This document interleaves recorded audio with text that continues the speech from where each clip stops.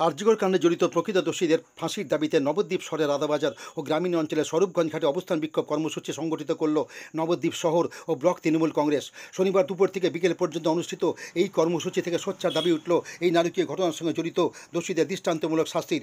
এই ঘটনাকে হাতিয়ার করে বিজেপি ও সিপিএম তাদের রাজনৈতিক স্বার্থসিদ্ধি করতে চাইছে বলে অভিযোগ করেন বিধায়ক পুণ্ডরীকাক্ষ সাহা, পুরপ্রধান বিমান কৃষ্ণ সাহা, উপপুরপ্রধান শচীন্দ্র বসাক, ব্লক তৃণমূল সভাপতি কল্লোল কর, পঞ্চায়েত সমিতির সহসভাপতি তাপস ঘোষ, জেলা পরিষদের কর্মাধ্যক্ষ অজয় কর সহ দলের বিভিন্ন স্তরের নেতৃত্ব।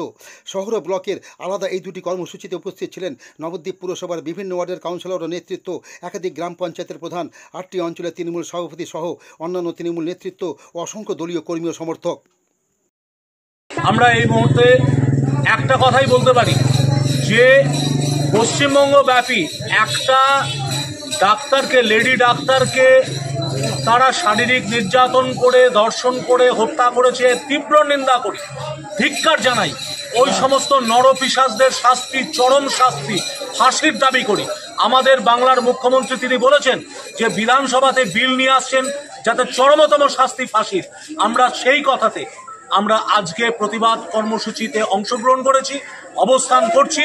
পাশাপাশি বিজেপি এবং সিপিএম যারা ঘোলা ধরে মাছ ধরতে বেরিয়েছে, যাদের নিজস্ব কোনো এজেন্ডা নেই, ইস্যু নেই, আজকে যে নারী নির্যাতন হয়েছে, যে মেয়েটি মারা গেছে, যে মেয়েটি পাশবিক অত্যাচারের শিকার হয়েছে, তার থেকে দৃষ্টি ঘুরিয়ে দিয়ে ক্ষমতা দখল করবার জন্য পশ্চিমবঙ্গের একটা গণতান্ত্রিক সরকার রয়েছে, যে সরকার বিপুলভাবে জনাদেশকে ক্ষমতায় এসছে, তাদেরকে রাতারাতি সরিয়ে দিয়ে বাংলাদেশ করবার যে চক্রান্ত, ঘৃণ্য চক্রান্ত করছে বিজেপি এবং সিপিএম, তার বিরুদ্ধে আমরা পথে নেমেছি। আজকে অবস্থান, বিশাল অবস্থান নবদ্বীপ ব্লক তৃণমূল কংগ্রেস দ্বারা সংগঠিত হয়েছে।